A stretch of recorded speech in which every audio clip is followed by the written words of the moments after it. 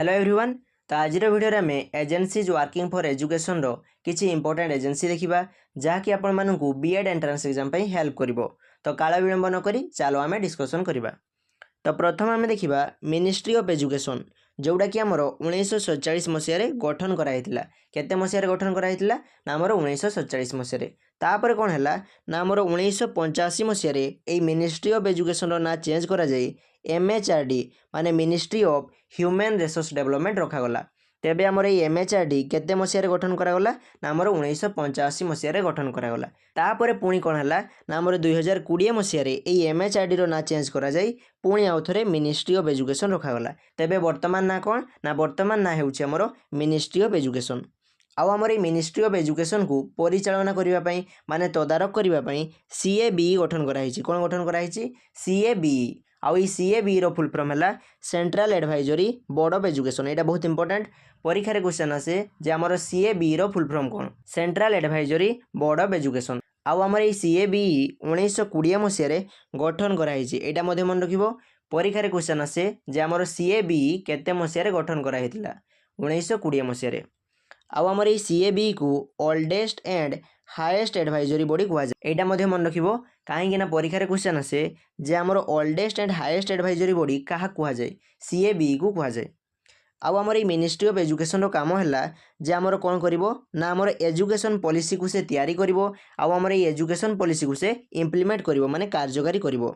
जेमिति NEP 2020 क्या द्वारा लागू कराई ना आमर ये मिनिस्ट्री ऑफ एजुकेशन द्वारा लागू कराई। तेबे मिनिस्ट्री ऑफ एजुकेशन विषय आम कौन देखिले ना आमर मिनिस्ट्री ऑफ एजुकेशन प्रथम 1947 मसीह गठन कराइला बा स्थापन कराइला।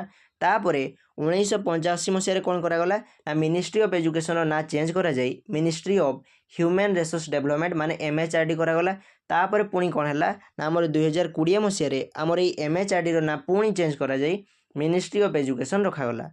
आउ आमर ये मिनिस्ट्री ऑफ एजुकेशन को तदारक करने माने परिचालना करने CABE गठन कराई। आउ CABE रो फुल फॉर्म है central advisory board of education जोड़ा कि आमर 1920 मसीह स्थापन कराई। आउ आमर ये CABE को oldest and highest advisory body कहुए। यहाँ है आमर मिनिस्ट्री ऑफ एजुकेशन बुझीगला। देन आम देखा NCERT जार फुल फॉर्म है national council of educational research and training जोड़ा कि आमर 1961 मसीह एस्टाब्लीश कराई माने गठन कराई। तेबे आमर NCERT केते मसीह गठन कराई ना आमर 1961 मसीह। आउ आमर ये NCERT रो हेडक्वार्टर न्यू दिल्ली रही। कौटी रही न्यू दिल्ली रही। आउ आमर ये NCERT रो पर्पज माने उद्देश्य है इम्प्रूविंग स्कूल एजुकेशन। तो आमर जो स्कूल एजुकेशन रही ताकू आमर इम्प्रूव करवा होउची NCERT रो काम।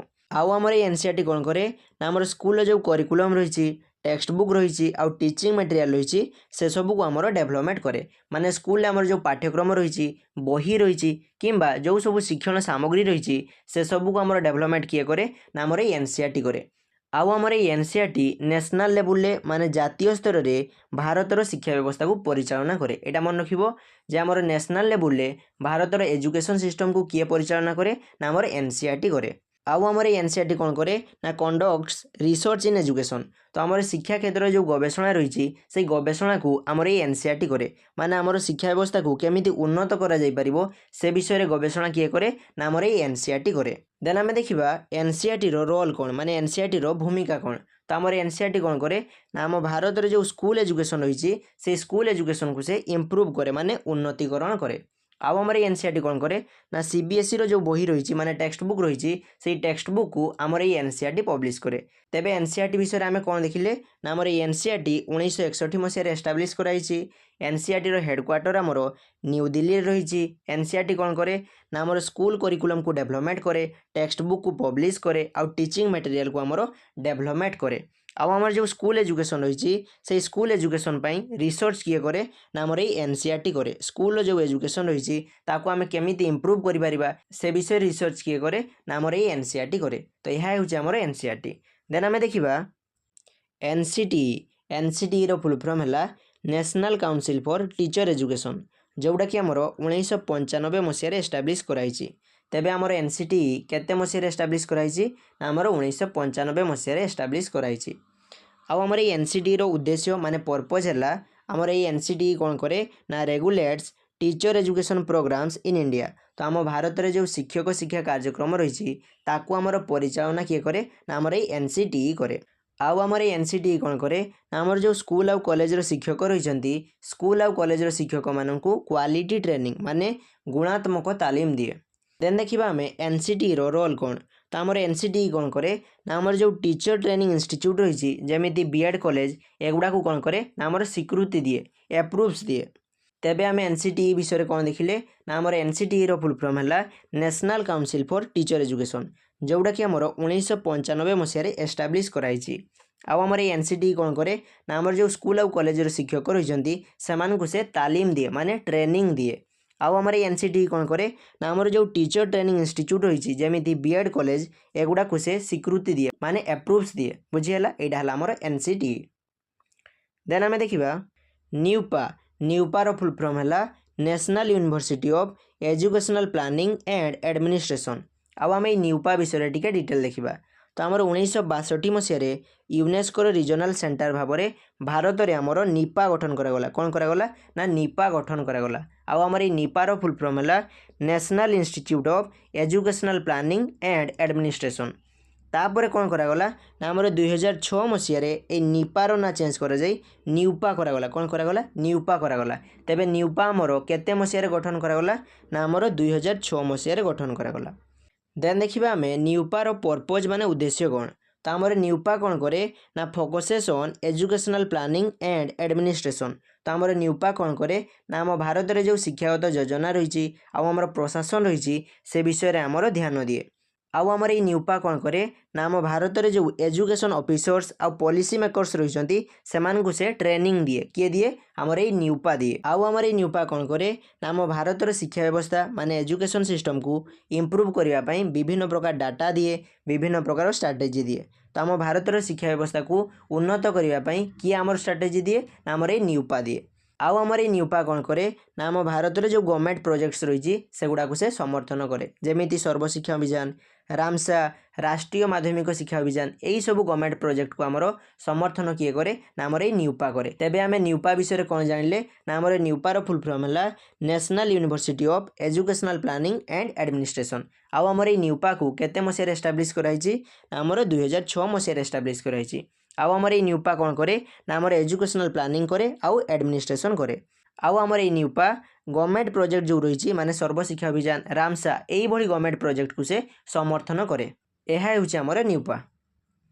देन आम देखा एससीईआरटी एससीईआरटी रो फुल फॉर्म है state council of educational research and training.